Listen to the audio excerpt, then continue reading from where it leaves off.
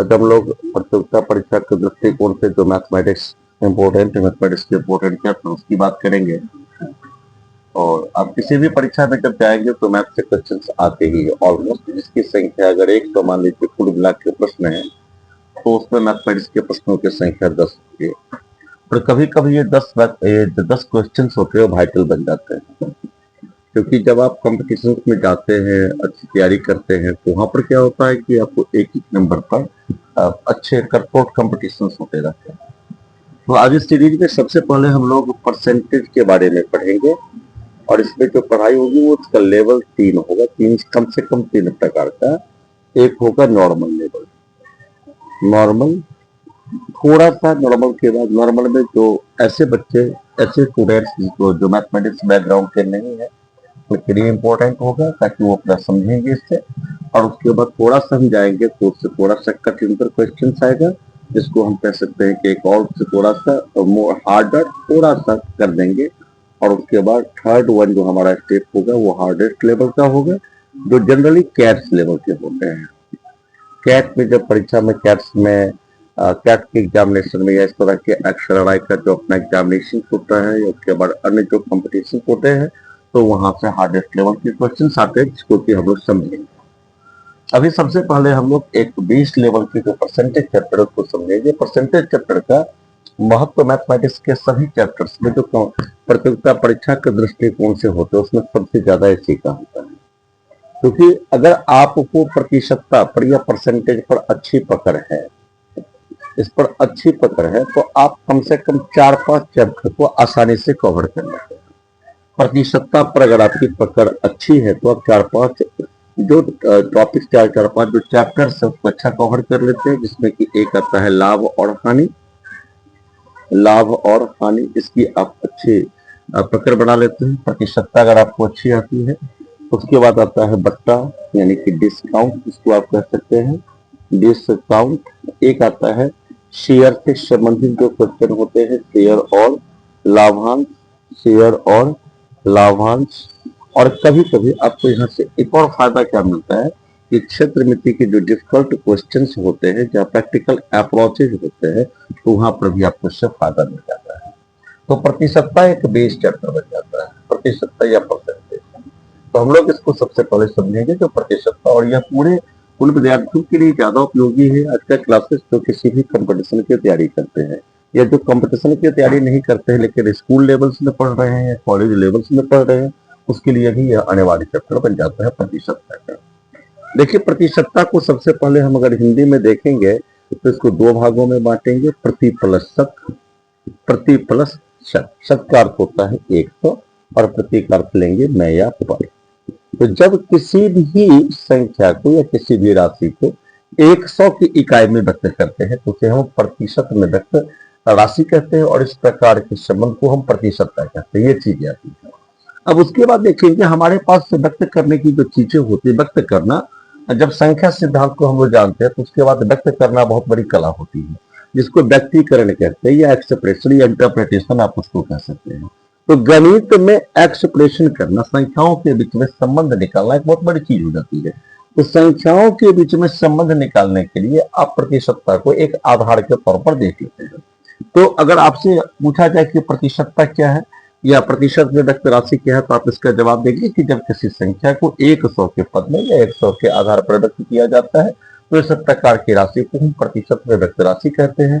खैर, कंपटीशन में जब जाएंगे तो आपको प्रतिशतता की परिभाषा नहीं पूछा जाएगा, इसलिए हम उस कंसेप्ट पर न जाकर के जो व्यवहारिक चीजें होती है उस पर जाते हैं। अब देखेंगे प्रतिशतता के संबंध में आपको पहले जैसा कि क्लियर मैंने किया है कि यह 100 में व्यक्त राशि है, 100 में या 100 पर, इस पर ध्यान रखना है। अगर हम 5% का भी बोलते हैं तो इसका मतलब होता है प्रत्येक 100 पर 5, प्रत्येक 100 पर 5, 100 पर 5। अगर इसको मैं पूछूं कि आपको साधारण भिन्न की भाषा में बदलना है, साधारण भिन्न की भाषा में, ये आपके पास सवाल आएंगे कि साधारण भिन्न में क्या मतलब आ जाएगा इसका मतलब हो जाएगा 5y और 5 अपन 100। इसको ध्यान रखना है कि 5/100, इसको ध्यान रखना है। अगर आपको पूछा जाएगा 6% क्या है तो 6/100। अगर आपको पूछा जाएगा कि 7% क्या है तो इसको देखना है, तो आप इसको कहेंगे 7/100। अब कभी कभी आपके पास में क्वेश्चन आ जाएगा, तो साधारण भिन्न बदलने वाली घटना आप समझ रहे हैं। एग्जामिनेशन में साधारण भिन्न को जब आप बदलेंगे तो सिंपलेस्ट में बदलेंगे, तो 5/100 इज इक्वल टू 1/20। तो अगर आपको किसी भी प्रतिशतता को साधारण भिन्न में बदलना हो तो बाय 100 कीजिए, आपके पास में प्रतिशत क्लियर हो जाएगा, भिन्नात्मक रूप में आ जाएगा। जैसे अगर आपके पास में सवाल हो 18% तो आपके पास में क्या आ जाएगा उत्तर 18/100, और इसको अगर आप काटते हैं तो 2 9 और यहाँ पर आ जाएगा 50, 9/50। अब यहाँ पर भिन्न की चैप्टर्स के अंतर्गत आप लोगों ने पढ़ा है, जो एक भिन्न को सरलतम रूप में लिखा जाना चाहिए, लेकिन उसको तुल्य भिन्न भी बनाया जा सकता है। तो 9/50 is equal to 18/100 is equal to 36/200 is equal to 72/400। तो ये हमारे तुल्य भिन्न आ जाएंगे। तो अगर आप एग्जामिनेशन में जाते हैं और आपको पूछा जाता है कि 4% के क्वेश्चन आ रहे हैं कि 4% को साधारण, इसको आप साधारण भिन्न में बदलेंगे, और यहाँ पर अगर उत्तर 16/400 है तो 4 बट्टा आपके पास उत्तर आ रहे हैं 4/4/100, लेकिन अगर उत्तर में 16/400 आप समझेंगे तो वही लिखा है, क्योंकि इसको सिंपलेस्ट में व्यक्त करेंगे तो यही है। आशा है कि आप लोग पहली जो चीजें हैं, जो सरलतम इस चैप्टर का सरलतम चीज है, उसको आप लोग आसानी से समझ गए होंगे। जो किसी भी प्रकार के प्रतिशत में अगर बदलना है तो प्रतिशत में बदलने के लिए, जैसे कि 8% है तो कुछ नहीं करना है अपने को, 8/100। अब इसको सरलतम रूप में व्यक्त करेंगे तो 4 2 और यहाँ पर निकल जाएगा 25, 2/25 इसका आंसर आ जाएगा, 2/25 इसका आंसर आ जाएगा। अब कभी कभी हम लोगों के दिमाग में बात आती है कि प्रतिशत हमेशा 100 से कम होता है, ये गलत कैलकुलेशन है। 8% आप लोगों को समझ में लेना है, तो इसी तरह समझना है कि 125% भी हो सकता है। 8%, जैसे अगर 8 बट्टा इसको 100 कर रहे हैं तो 125% को 125/100 करेंगे। अब यहाँ पर देखेंगे कि 5/4 आपके पास में आ जाएगा, उसको 25 से डिवाइड करने पर 5/4। तो प्रतिशत में जो हमारे पास निष्कर्ष निकला हुआ साधारण भिन्न है, वह साधारण भिन्न 1 के बराबर भी हो सकता है, 1 से कम भी हो सकता है, और 1 से अधिक भी हो सकता है। इसको ध्यान रखना है कि 1 से कम भी हो सकता है, 1 से अधिक भी हो सकता है, और 1 के बराबर भी हो सकता है। 1 से अधिक कब होगा? जब अगर 100 से अधिक कोई प्रतिशत है, जैसे 110% है तो इसका मान 1 से अधिक होगा। अगर 100 से कम है तो इसका मान 100 से कम, 100 से कम कोई प्रतिशत है, इस भिन्न का मान 1 से कम होगा। जैसे 80% है तो आप समझेंगे इस भिन्न का मान 1 से कम होगा। अगर आप देखेंगे कि 100% है, इसका मान आप समझेंगे कि 1 के बराबर है। तो आप प्रतिशत को देखते हुए ही भिन्न में जो 1 से अधिक होगा, 1 से कम होगा, 1 के बराबर होगा, इसको देख सकते हैं। अब यहाँ पर एक डिफिकल्ट सवाल कभी कभी एग्जामिनेशन में इस तरह के आते हैं, उसको भी देखेंगे। एक तो आपके पास में सरलतम तरीका मैंने बताया कि सिर्फ अगर सवाल रहता है कि साधारण भिन्न में बदले, तो आप इसको आसानी से बना सकते हैं, साधारण भिन्न में बदले। और देखेंगे कि आप प्रतिशत में किसी भी प्रकार का अगर अभिकलन करते हैं, तो आपका पहला स्टेप होगा कि साधारण भिन्न में बदलना ही होगा। जैसे कि 16% अगर है, 400 का 16% अगर आप करते हैं तो 400 गुने 16/100 सेम आ जाएगा 16/100। इसको सॉल्व कर देंगे तो 100 गुने 4, 16 गुने 4, 64 आपके पास में आंसर आ जाएगा। तो साधारण भिन्न में बदलना प्रतिशत का पहला स्टेप है, जो कि हम लोगों को जानकारी रहनी चाहिए, और इसके आधार पर कुछ निष्कर्ष को हम निकालते हैं, उसको देखेंगे। अब यहाँ पर पूछ रहा है सवाल आपके पास 4/5, 5/6 और उसके बाद देते हैं 6/8। इस तीनों में सबसे अधिक परसेंटेज कौन सा है? अगर ये क्वेश्चन आपके पास में आ जाएगा कि किस परसेंटेज को आप सबसे बढ़ते क्रम में रखिए, तो आप इस सवाल को कैसे सॉल्व करेंगे? अच्छा, सबसे अधिक परसेंटेज कौन सा है? ऐसे सवाल को अगर सॉल्व किया जाता है तो आपके पास में सामान्य तरीका यह होना चाहिए 4/5 गुने 100, 5/6 गुने 100 और उसके बाद है 6/8 गुने 100। अब इसको सॉल्व करेंगे तो 20 आ जाएगा, 20 का 80% यहाँ पर हमारे पास आ जाएगा। और 5 से अगर काटते हैं इसको तो 500 कटेगा नहीं, 500/6 आ जाएगा, और यहाँ पर आ जाएगा, इसको काटते हैं तो 3 और 4, 100 गुने 3, 300/4 आ जाएगा। तो यहाँ पर अगर सॉल्व करते हैं तो 80% है हमारे पास, और इसको ये 500/6 है, तो 6 से 6 8 अच्छा 48 2 पर 0 20 36 18, तो यहाँ पर जब आप देंगे 63.86 आ जाएगा, 33 आ जाएगा, और उसके बाद अगर इसको देते हैं तो 75 आ जाएगा। तो इसमें सबसे ज्यादा परसेंटेज अगर आप देख रहे हैं तो कौन सा परसेंटेज आ रहा है, तो 5/6 सबसे बड़ा है परसेंटेज के तौर पर। उसके बाद सबसे ज्यादा बड़ा कौन है, तो उसके बाद बड़ा है 80 का, तो हमारे पास 4/5 है, और उसके बाद आपके पास में आता है 300/4 यानी कि 6/8 है। तो प्रतिशत में व्यक्त करने से अगर आपको भिन्न में भी पूछा जाएगा, जो बढ़ते क्रम में लिखिए या घटते क्रम में लिखिए, तो वहां पर भी इसको आप सॉल्व कर सकते हैं। तो सबसे पहला स्टेप आपने देखा है कि प्रतिशत में प्रतिशत को साधारण भिन्न में कैसे बदलेंगे, पहला स्टेप आता है। पहला स्टेप आपके पास में ही आएगा कि प्रतिशत को साधारण भिन्न में कैसे बदलेंगे। अब इस पर कुछ क्वेश्चन हम दे रहे हैं, जिसको कि आप सॉल्व कर लेंगे। कमेंट सेक्शन में इसका आंसर लिखकर भेज पाएंगे। जैसा कि कुछ क्वेश्चन हमारे पास में है, 8%, 12%, 114%, 220%, 310%, ये सवाल आपके पास में हो गए। आशा है कि आप समझ लेंगे, क्योंकि इसमें से क्वेश्चन हमारे पास में आएंगे।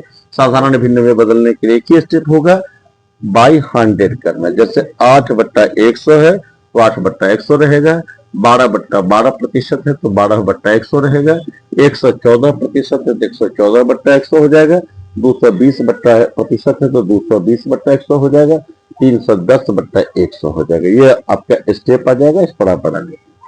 अब प्रतिशत अगर साधारण भिन्न में रहे तो उसको प्रतिशत में कैसे बदलेंगे, ये क्वेश्चन है। साधारण भिन्न से प्रतिशत में बदलना, साधारण भिन्न से प्रतिशत में बदलना, साधारण भिन्न से प्रतिशत में बदलना। देखिए, साधारण भिन्न से प्रतिशत में बदलना, इसके लिए आपको 100 से मल्टीप्लाई करना है। साधारण भिन्न को या भिन्न में साधारण भिन्न में व्यक्त राशि को प्रतिशत में बदलने के लिए 100 से गुना करते हैं। ध्यान रखना है, बदलने के लिए 100 से मल्टीप्लाई करना है, मल्टीप्लाई करते हैं। ये आपके पास में क्वेश्चन है कि मल्टीप्लाई करेंगे 100 से। जैसे अगर हमारा क्वेश्चन है कि आप 4/5 यहाँ पर हम दे रहे हैं 4/5, तो 4/5 को आपको प्रतिशत में बदलना है, तो क्या हमने लिखा है कि 100 से मल्टीप्लाई करना है, तो 4/5 × 100 हो जाएगा। अब चूंकि आप जानते हैं कि 5 से डिवाइड हो जाएगा, 20 आ जाएंगे। अब इसके पास 4 और 20 को गुना करेंगे तो हमारे पास में 80% आंसर आ जाएगा। अब अगर एक और सवाल हम बनाते हैं, इस 16/20 है, इसको आपको परसेंटेज में चेंज करना है, तो फिर क्या करेंगे, हम इसको 100 से मल्टीप्लाई करेंगे, तो 20 से हमारे पास 5 आ जाएंगे, 16 × 5 80%, इसका भी आंसर आ जाएगा।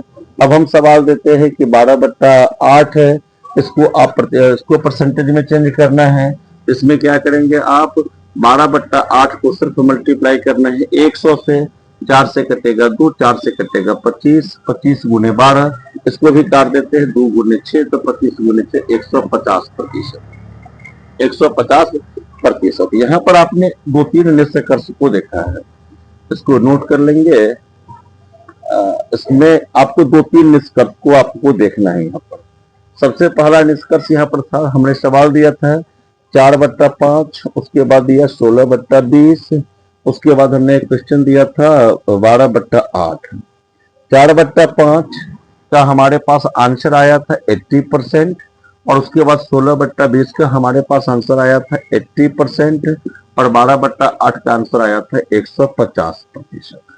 अब यहाँ पर वाइस वर्सा में देखिए, 4/5 और ये 4/5 इज इक्वल टू 16/20 है, 4 × 4 5 × 4, तो 80% आंसर आया। और दोनों ही केस में जो हमारा न्यूमरेटर और डिनोमिनेटर होता है, तो हमारा डिनोमिनेटर मतलब हमारा जो हर है वो अंश से अधिक है, मतलब हमारा जो हर है वो अंश से अधिक है, मतलब 4 और 5 के बीच में हम तुलना कर रहे हैं। 5 हमारा हर है, इसको हम लोग बोलते हैं डिनोमिनेटर इंग्लिश में, और ये 4 हमारा न्यूमरेटर है। तो 4 से 5 अधिक है, तो इसका भिन्न का मान देखिए, प्रतिशत में 100 से कम आया। मतलब अगर अंश का मान कम हो हर से तो प्रतिशत में व्यक्त राशि 100 से कम होगी। अगर अंश और हर दोनों बराबर हो तो प्रतिशत में व्यक्त राशि 100% ही होगी। जैसे 16/16 है तो इसका वैल्यू 1% है। और अगर 12/8 आपके सामने में है 12/8, यहाँ पर जो हमारा अंश है वो हर से ज्यादा है, हमारा अंश हर से ज्यादा है तो प्रतिशत में व्यक्त राशि 150% है, 100 से ज्यादा है।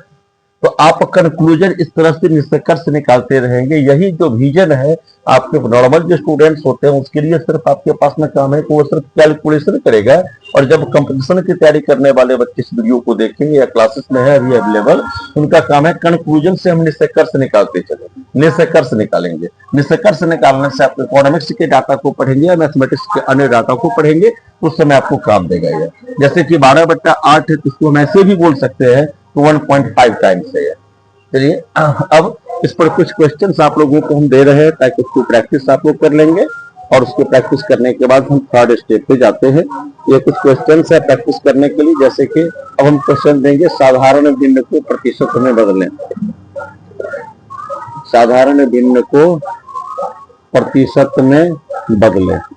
जैसे सवाल हम दे रहे हैं 16/25, 16/20, 8/16, 19/38, 12/24, 24/26, 26/42, 42/84, 9/18।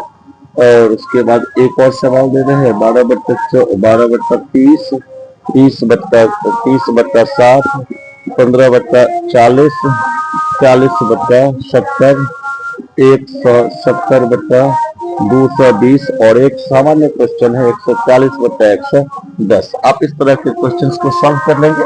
आपको ध्यान रखना है कि क्वेश्चंस को सॉल्व करने में अगर साधारण भिन्न को हमको बदलना है प्रतिशत में तो हमको बाई मल्टीप्लाई करना होगा 100 से। ये क्वेश्चन को ध्यान में रखना है। 100 में मल्टीप्लाई करेंगे, आपको सॉल्व करके जिसका आंसर चाहिए तो हम क्वेश्चन दोस्तों कमेंट सेक्शन है उसमें क्वेश्चन में आंसर आप मांग कर सकते हैं। साधारण भिन्न को प्रतिशत में बदले, आप लोग इसको समझ गए हैं। अब हम थर्ड स्टेप पर चलते हैं जिसको डेसिमल में चेंजिंग कहते हैं। डेसिमल में चेंजिंग,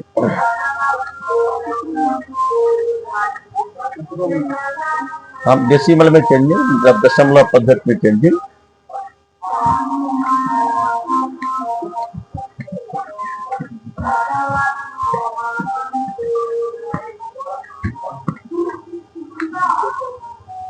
अब दशमलव पद्धति थोड़ा सा मैं चर्चा इसको दशमलव पद्धति के भी, जब दशमलव पद्धति के बारे में हम पढ़ेंगे तब उससे ज्यादा चर्चा होगी। अभी हम लोग संख्या को निरूपित कैसे करते हैं उसमें देखेंगे। आप लोगों ने संख्या को निरूपित किया, हजारों बार निरूपित किया, लेकिन शायद आप लोगों ने इस पर ध्यान नहीं दिया हो। संख्या को हम कैसे लिखते हैं। मान लीजिए एक संख्या हम लिख रहे हैं 123, तो इस संख्या को हम ऐसे लिख सकते हैं 3 गुने 1। अब यहाँ पर 2 है तो 2 गुने 10, 2 गुने 10, और यहाँ पर 1 गुने 100, 1 गुने 100, कुल मिलाकर की संख्या आ जाएगी 100 + 20 + 3, 100 + 20 गुने 20 + 3, ये संख्या आ जाएगी। अब हम इसको ऐसे भी लिख सकते हैं 1 गुने 10 का पावर 2 + 2 गुने 10 का पावर 1 + 3 गुने 10 का पावर 0, 10 का पावर 0। ठीक है, आप जानते हैं किसी भी अंक का पावर अगर 0 तो उसका वैल्यू 1 होता है। किसी भी अंक का पावर घात अगर 0 हो तो उसका वैल्यू 1 होता है। तो यहाँ पर आप देखेंगे कि हमारे जो क्रम है तो किस क्रम में है। 0 पहले है, 1, 2, यानी कि संख्याएं जो लिखी जाती है कोई भी संख्या, तो पूर्ण संख्या जो 10 के पावर में होती है, पूर्ण संख्या जो घात में रहती है 10 के घात में, पूर्ण संख्या से स्टार्ट होती है। अब इसको ध्यान रखना, पूर्ण संख्या 10 के घात में रहती है उससे स्टार्ट हो जाती है, प्राकृत संख्या से नहीं स्टार्ट होती है।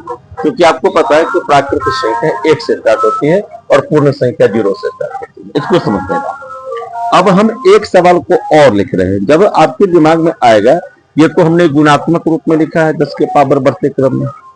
अब चूंकि आप जानते हैं कि संख्या ऋणात्मक भी होती है, जैसे कि 0 है तो -1 भी होगा। अब 10 के पावर, अब हम घटते क्रम में चलेंगे तो यहाँ पर क्या आ सकता है कि 2, 1, 0, उसके बाद क्या लिखेंगे आप -1, फिर -2। यहाँ पर हम इस संख्या को रख रहे हैं सिर्फ इतना। अब इस संख्या को हम कैसे व्यक्त करेंगे? इस संख्या को व्यक्त करने का हमारा तरीका होगा 10 के पावर 2 जोड़ 10 के पावर 1 जोड़ 10 के पावर 0 जोड़ 10 के पावर 1/10, 1/10 के पावर 1 जोड़ 1/10 के पावर 2। यही दशमलव पद्धति। जब हम 10 के आधार को गुणात्मक रूप से अथवा व्युत्क्रम के रूप में व्यक्त करने लगते हैं तो यही दशमलव पद्धति। अब जैसे अगर 10 के पावर 2 यहाँ पर आपने देखा 1/10 के पावर 2 यानी कि 1/100 आ गया आपका प्रतिशत।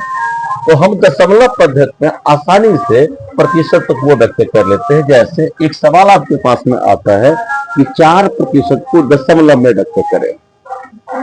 4% हमारे पास सवाल है, इसको दशमलव में व्यक्त करना है। बहुत सुंदर, 4/4 यहाँ पर 100 स्पष्ट हो। तो क्या आपको पता है कि 100% में बदलने के लिए हमको क्या करना पड़ेगा? तो 100 से भाग करना पड़ेगा, 100 करना पड़ेगा। अब इस 2 अंक पीछे आपको 2 0 यहाँ पर है, तो 2 अंक पीछे आप डेसिमल में आ जाइए, 0.04 आंसर। अगर आपके पास में रहेगा 115% को आप डेसिमल में चेंज कीजिए तो आप 115 बट्टा क्या लिखेंगे? 115/100। कुछ नहीं करना है आपको, 2 अंक पीछे दशमलव आ जाइए, 1.15, 1.15।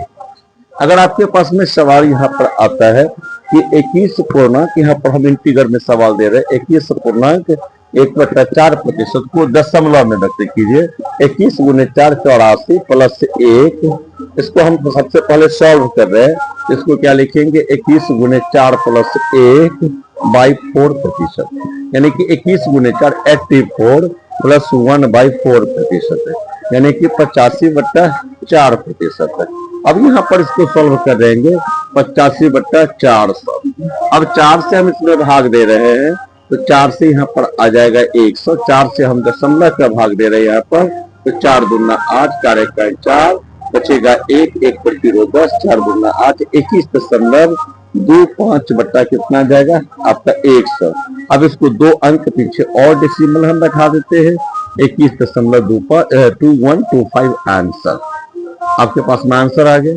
कुछ सवाल हम आपको प्रैक्टिस करने के लिए देते हैं, सॉल्व कीजिएगा इसको आप लोग।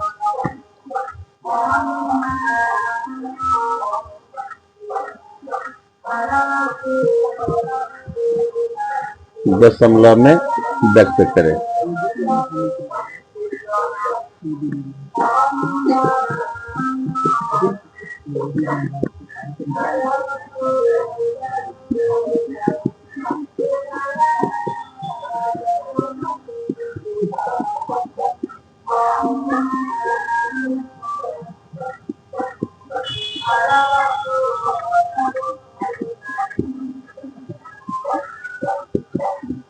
इसमें क्वेश्चंस को आप लोग सॉल्व करके रखेंगे। कमेंट सेक्शन में इसका आंसर की जरूरत हो तो कमेंट सेक्शन में कमेंट करेंगे और आपको इसका आंसर सेट पहुंच जाएगा। धन्यवाद। आज की क्लासेस में हम लोगों ने पढ़ा है जो साधा, इसमें प्रतिशत के संबंध में जो बेसिक चीजें हैं, कल के क्लासेस में हम लोग इसका और अध्ययन करेंगे, ये स्टडी करेंगे।